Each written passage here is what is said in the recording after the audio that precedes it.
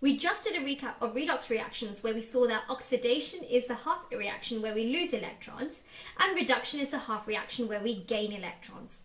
So another way to think about this is as a flow of electrons from the oxidation half to the reduction half. Now, if we can better understand that flow and manipulate that flow, then we should be able to set up a system that converts chemical energy into electrical energy. Let's look at these two electrodes here. If we can get the electrons flowing from one electrode to the other, then there are some key questions we should be asking ourselves. 1. Which way would the electrons flow? And 2. Is the rate of electron flow sufficient for the application? Once we have identified the direction of the electron flow, we can relabel these electrodes as the oxidation half cell, which loses electrons, and the reduction half cell, which gains these electrons. And so the electron flow is in this direction. To answer all these questions, we are going to introduce a property called the electrode potential. In case that all sounds really abstract, first let's think about a real-world example of where the conversion of chemical energy into electrical energy is really useful. And that's when we're charging our phones. I've briefly introduced a word that you probably haven't come across before, which is half cell.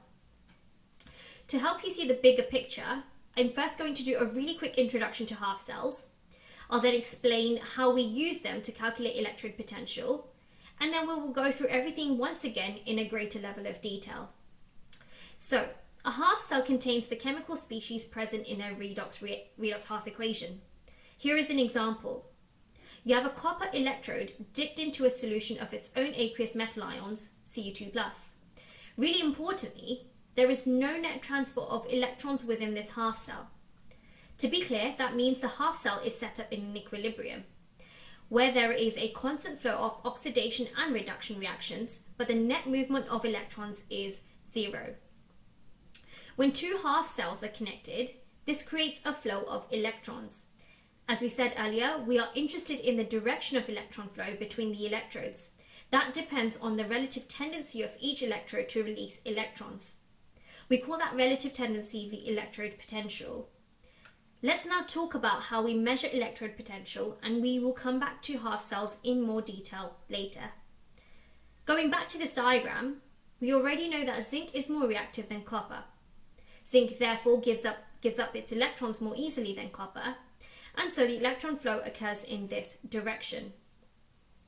We can also label our half cells. This one here is the oxidation half cell, and this one here is the reduction half cell.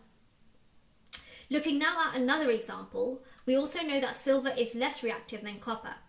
So this time, copper is the oxidation half cell, and silver is the reduction half cell. And the electrons flow from right to left.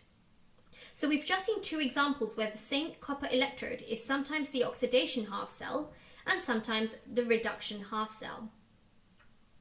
As we want to only measure the electrode potential once rather than for each pair of electrodes, we generally measure a standard electrode potential that we can use as a reference. The standard electrode potential measures the electrode potential of the half cell relative to a standard hydrogen electrode under standard conditions. That would look something like this.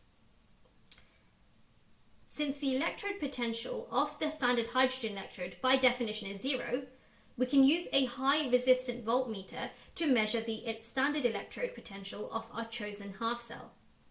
A couple of other things to note. 1. The electrodes are kept in separate beakers to prevent uncontrolled reactions, which would produce heat energy rather than electrical energy. 2. The salt bridge is used to complete the circuit. So that's a very quick introduction to how and why we measure electrode potential. We've got the bigger picture, so we'll go through this again in more depth and go over the key details, which include the 3 different types of half cells, the standard conditions required for the standard hydrogen electrode, and more detail on uses of the electrode potential and why we need salt bridges.